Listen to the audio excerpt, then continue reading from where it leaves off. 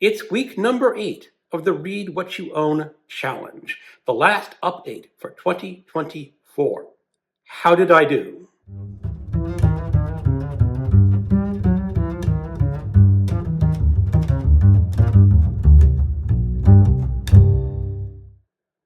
Hello, welcome to my channel, Another Bibliophile Reads. My name is Greg, and I am participating in the 4th annual Read What You Own challenge.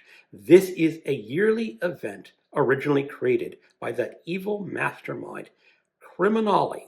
It started off as the 100 book challenge, where he challenged himself to read 100 books that he already owned before buying another book.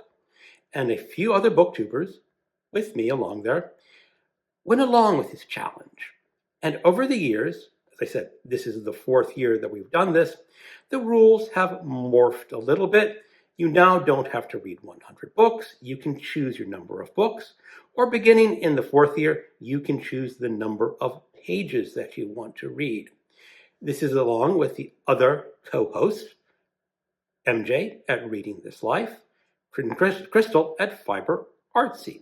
Now, I am doing the 25,000 page challenge.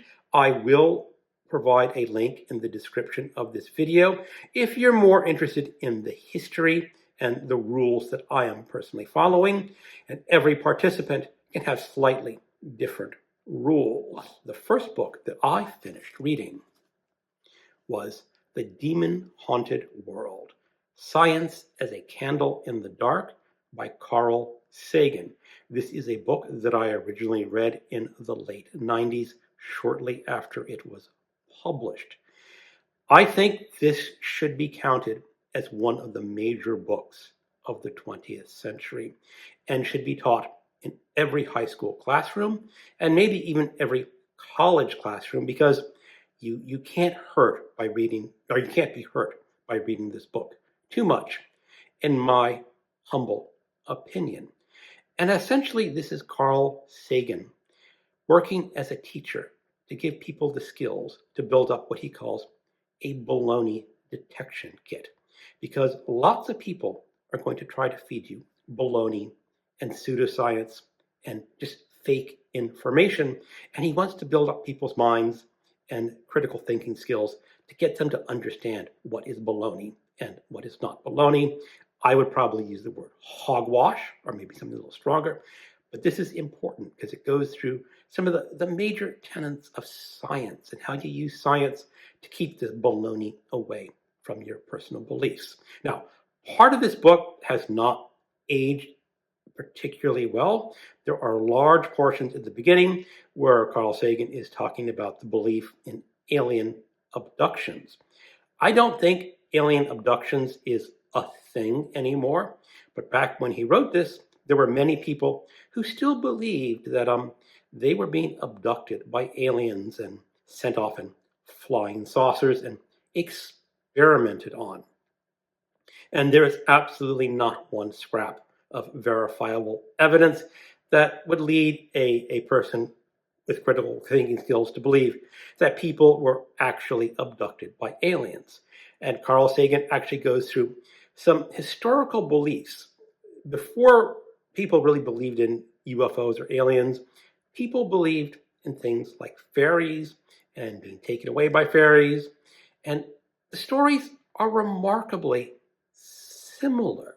And of course, there are no fairies, or at least no verifiable evidence of there being fairies. But that's just one part of this book.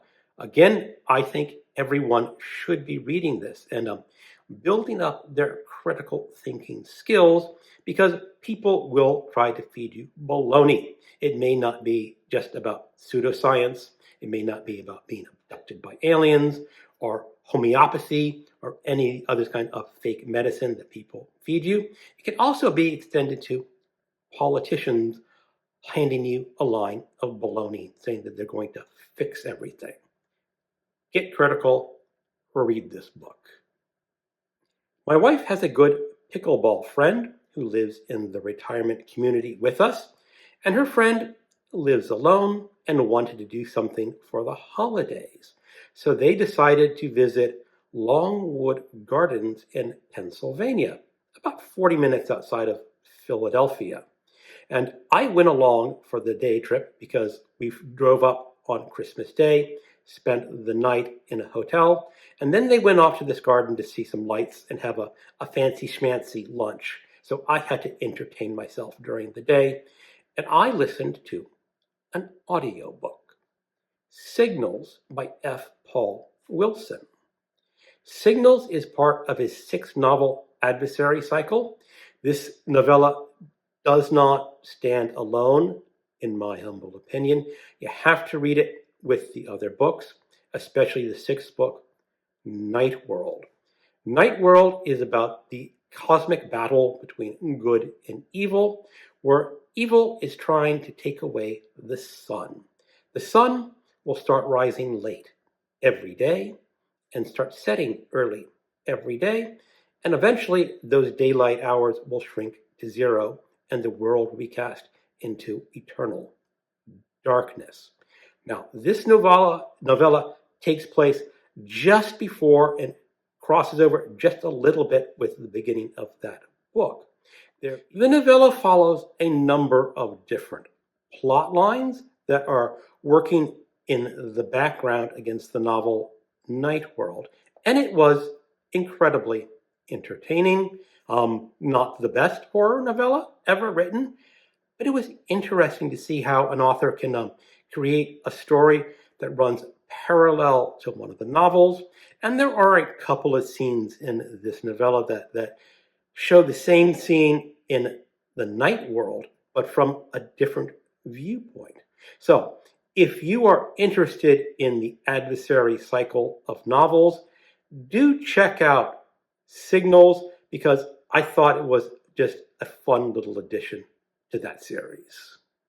I listened to an audiobook, Elder Race by Adrian Tchaikovsky.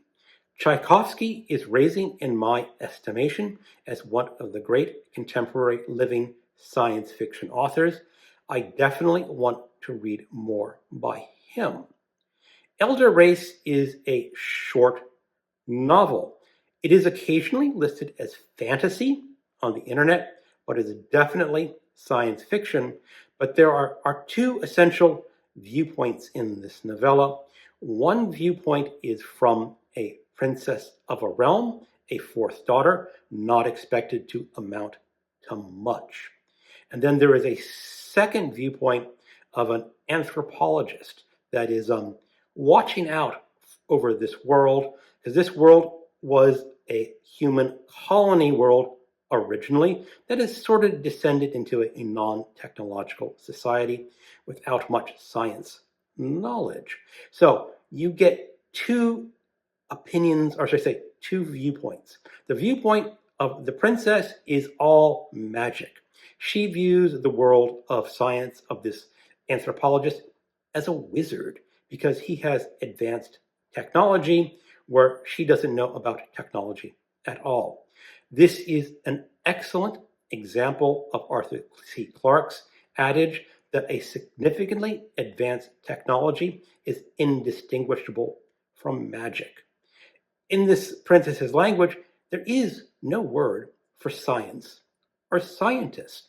So as this anthropologist tries to communicate to her, saying, I am not a wizard, I'm a scientist, the translation doesn't know scientist, so it translates as wizard. So essentially he's telling her, I am not a wizard, I am a wizard. Kind of bizarre. But I like the way Adrian Tchaikovsky shows science in the eyes of a non-technological society. The story itself, okay, it's not the greatest science fiction story ever written, but I had a lot of fun reading this. And I think science fiction fans will enjoy this little novella. It's about 200 pages long. It's just the perfect book to read in an evening or over 2 days, and I highly recommend it. I listened to 2 audio ghost stories this week, so I could sort of be participating in the event The Ghosts of Christmas Past. This is an event created by Vin at Revenant Reads to encourage people to read ghost stories over the holidays. There were a number of prompts and a group read that I did not personally participate in, but I do like ghost stories.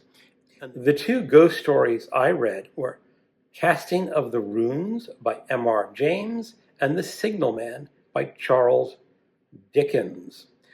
It's kind of hard to talk about these two ghost stories without going over the plot and giving spoilers, so I should say that they're very quiet stories. There is nothing graphic or disturbing about them. It's just event leading to another event to lead to something eerie and unusual.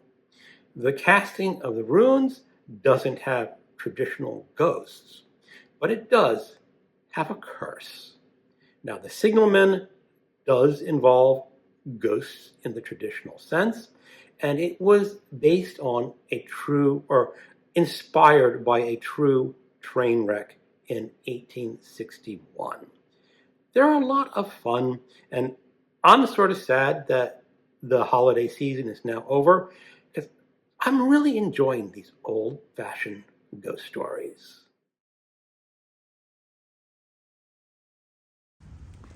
One of my neighbors went on an afternoon trip that would last a number of hours. So he asked me to walk his dog, Maverick, in the afternoon and evening. And this is just a short little clip of me walking his dog. Walking dogs is actually kind of fun.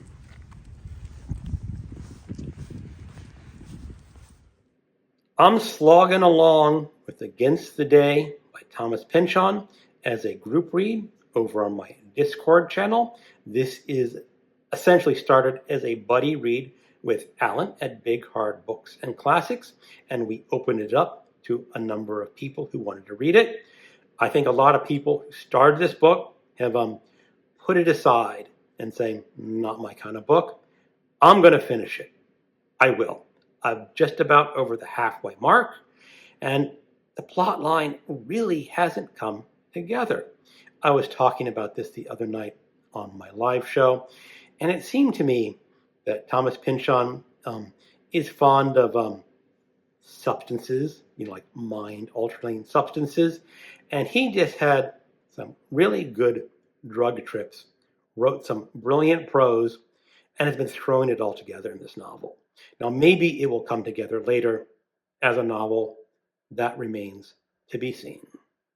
Cthulhu Christmas is an event that I created with Alan at Big Hard Books and Classics that encourages people to read Lovecraft stories or other Cthulhu mythos stories over the holidays, and especially to read a story on Christmas Day. So on Christmas Day, I read The Dunwich Horror. It is one of my favorite Lovecraft stories. I have read it numerous times before. And what I love about this story is the descriptions that Lovecraft can bring. It starts off describing a town that is sort of on its way down, succumbing to decay and age. And he describes it so perfectly. I can actually envision myself in this town. But also in this town, there is an old New England family known as the Wheatleys, and the patron of the family is, of course, a wizard. He has an albino wife who gives birth to a very unusual son. And there is something just so remarkable how this story unfolds. You will get to the middle, and something sort of happens, or I guess it's a little after the middle. Something happens that you're not quite expecting, and it goes off into another direction, because he has been describing a barn, and that there may be something in this barn, and you'll just have to find out what that is. I am so glad I read it on Christmas Day, and I'm already thinking about what other story I should read next year. I am making my way through the collected fictions of Jorge Luis Borges. This week, I reread two of my favorite short stories, The Library of Babel and The Garden of Forking Paths. The Library of Babel describes the universe as if it were a library, narrated from the point of view of one of its librarians. This library is indefinite, perhaps infinite, perhaps not infinite, but the librarians do not know where this library begins or when this library or where this library ends. But it is filled with hexagons, and in each hexagon there are 20 bookshelves, and each bookshelf is filled with the same number of books. Each book has the same number of lines on every page and the same number of pages. And these books explore the possibility of what a book can be. There are a limited number of characters. I believe there are 22 characters, and a comma and a period as a punctuation mark. So each book in this library is absolutely unique. But the books don't necessarily make sense because these books contain every possibility of combinations of these characters and punctuation marks. So in theory, there will be one book that is all letter A from the beginning to the end, just the letter A repeated until the end. There will be a different book which is exactly the same, but the second character will be the letter B. There is a third book where it will be exactly the same. All the letters are A except the third character, which is the letter C. Now, if you do this in your mind and you're good at math, you are going to come up with this huge number of possibilities. Most of these possibilities will not make sense.